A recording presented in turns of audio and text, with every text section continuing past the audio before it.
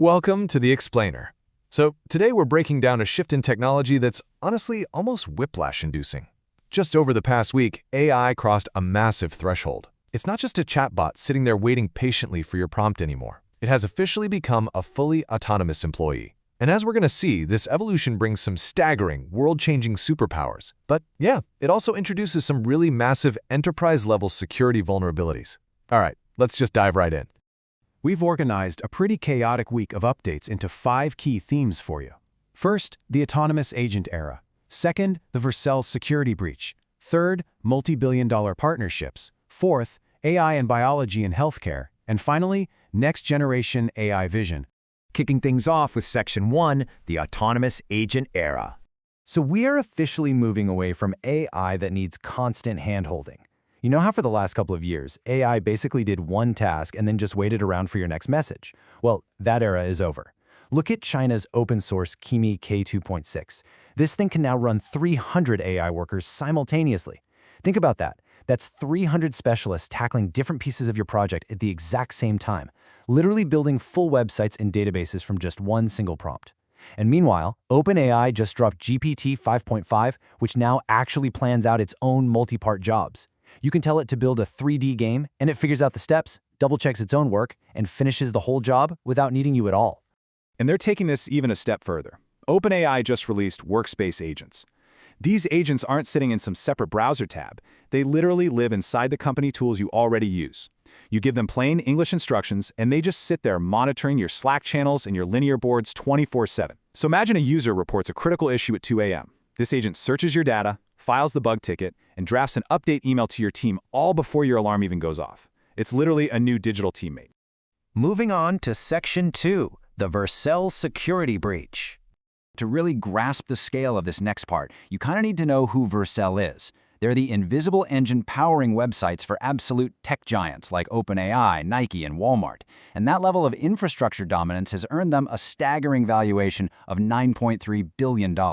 We're talking about a massive, highly sophisticated tech company here.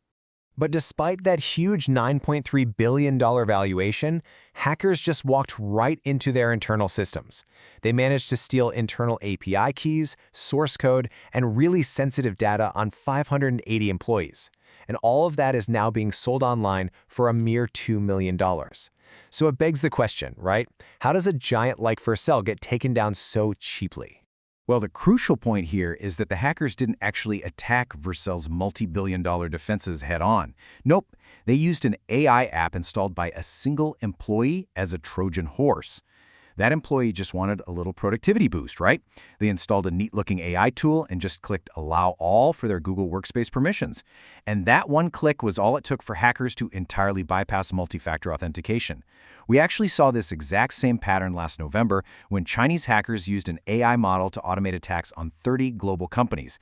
Guys, AI is the new unguarded backdoor into your company.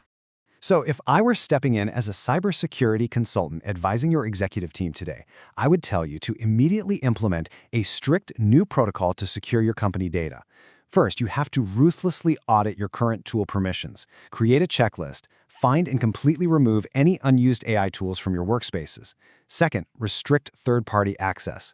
You need to require manual IT approval for any new AI app integration. Stop letting your team just click Allow All.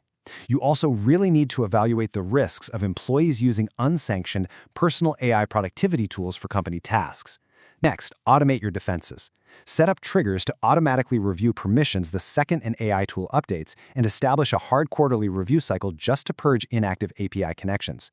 And finally, define clear protocols to instantly revoke all AI permissions the very second a staff member leaves the company. You've got to start treating every single AI integration with the exact same level of scrutiny as a human hire. All right, Section 3, multi-billion-dollar partnerships. So Cursor AI is currently the coding editor that software engineers absolutely swear by, and they just secured a mind-boggling partnership with SpaceX. SpaceX is actually giving Cursor access to Colossus, which is the XAI supercomputer. We are talking about roughly 1 million H100 equivalent GPUs of compute power. Just to put that into perspective for you, that is more raw compute power than most actual countries possess. And Cursor is going to use it to train highly specialized engineering models. But of course, nothing is free in this world. In exchange for handing over this god-tier level of compute, SpaceX gets the right to acquire Cursor later in 2026 for up to $60 billion. I mean, just let that sink in for a second. A coding duel that launched a mere 2 years ago is potentially worth $60 billion. Why? Well, because the infrastructure giants have realized a pretty fundamental truth. Whoever owns the tool where engineers actually write the code effectively owns where the next decade of software gets built. Let's pivot a bit for Section 4, AI in Biology and Healthcare.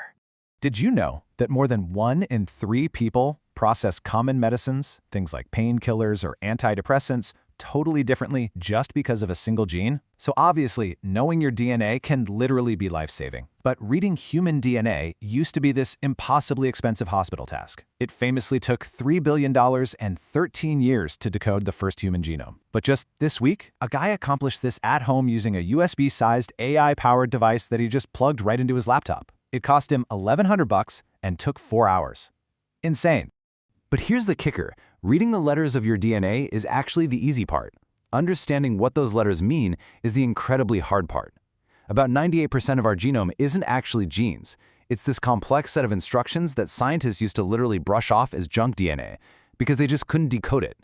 But now, using models like Google DeepMind's Alpha Genome, AI can analyze all that raw, messy DNA to accurately predict your individual biological responses and inherited disease risks.